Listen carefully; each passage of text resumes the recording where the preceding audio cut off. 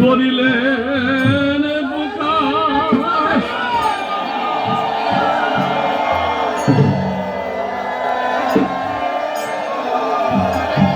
অনন্ত কোটি ভুয়ান্তে, অনন্ত কোটি সাধুগুরু বৈষ্ণব, হে কৃষ্ণ ভক্তগণ, হে বৈষ্ণব, হে ভক্তিমতী বৈষ্ণবী মায়েরা, আপনাদের আকুল চরণে এই ব্রজবাসী আলফারাঙ্গা দামোদর গোসাই রাখা বাড়িতে আরো অনেক মহত্তা এখানে সমাধি রয়ে গেছে। ব্রজবাসী ধীরানন্দ গোস্বামী, ব্রজবাসী মীরা দেবী গোস্বামী, আজ কৃষ্ণ ভক্ত গ্রামবাসী,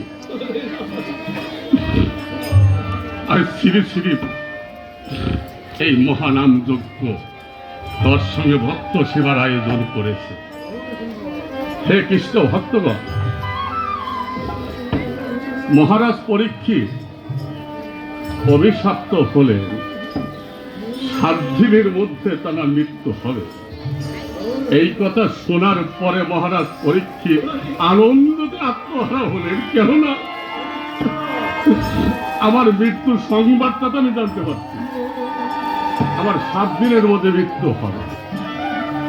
হে কৃষ্ণ ভক্তগণ, মহারাজ পরীক্ষিতই তার মা বাবা কে?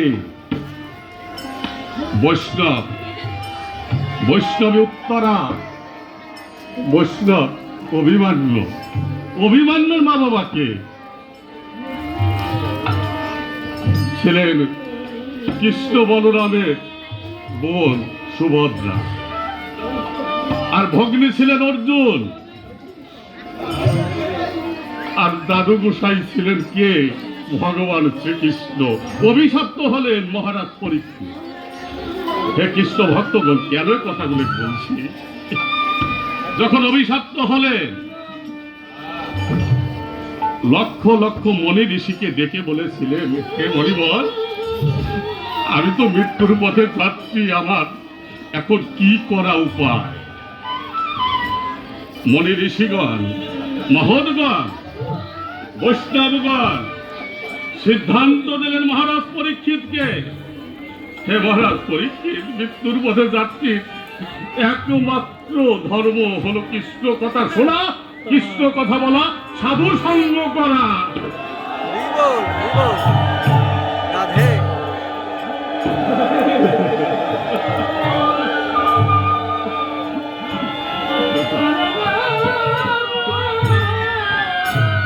হে কৃষ্ণ ভক্তগণ, আজ এই কমিটির বাবুরা আপনাদের সকলের হতে মাধুগিরি করে আজ এই ভক্ত সেবার আয়োজন করেছে, গোবিন্দ সেবার আয়োজন করেছে। এটা আপনাদেরই আশীর্বাদে, আপনাদেরই সহযোগিতা এই ভক্ত সেবার আয়োজন হয়েছে। হে কৃষ্ণ ভক্তগণ, আমরা সকলেই সেই মৃত্যুর পথে যাচ্ছি, এই মৃত্যুর পথে যাচ্ছি আমরা। আমাদের একমাত্র করণীয় এই ভক্ত সঙ্গ।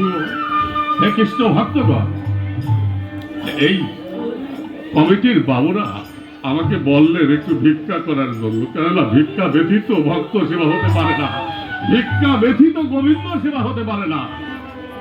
তাই এই কমিটির বাবুরা আপনাদের কাছে দাঁড়ে দাঁড়ে যাচ্ছে, কৃপা করে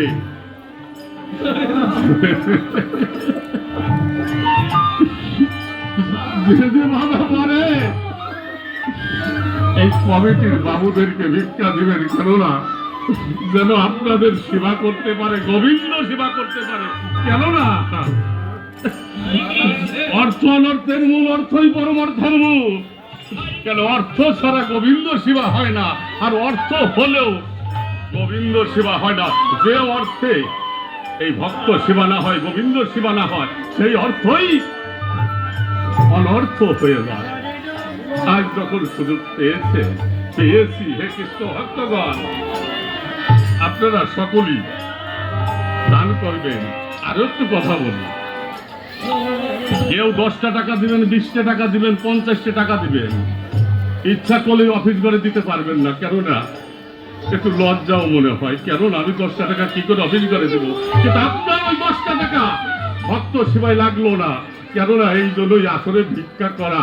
কেননা 10, 20, 50 টাকা দেয়, এটার কোনো বাধা বিঘ্ন নাই। তাই আপনারা সকলেই দান করবেন। তা গোবিন্দর কাছে প্রার্থনা করছি, গোবিন্দ সামর্থ্য অনুযায়ী যে যা দান করেছেন, এই দানের ফলে এই দেহ ছেড়ে যেদিন পারো পাখি উড়ে বৈতরণী কেন, সেদিন তোমার চরণ যদি নাও পায়, এই ভক্তর চরণ হতে যেন বঞ্চিত না। জয় জয় সদানন্দ